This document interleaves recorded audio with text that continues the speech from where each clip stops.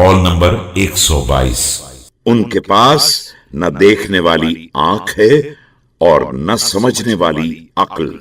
बिस्मिल्लाहिर्रहमानिर्रहीम।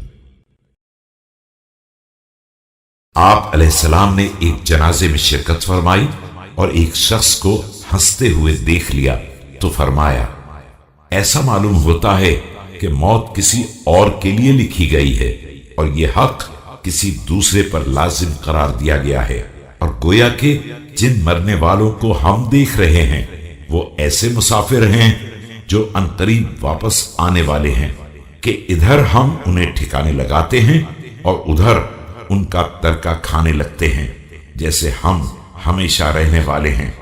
इसके बाद हमने हर नसीहत करने वाले मर्द और औरत को भुला दिया है और हर आफत और मुसीबत का निशाना बन गए हैं।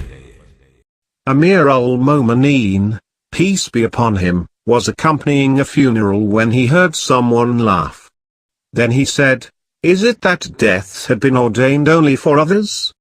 Is it that right is obligatory only on others? Is it that those whom we see departing on their journey of death will come back to us? We lay them down in their graves and then enjoy their estate, as if we will live for good after them.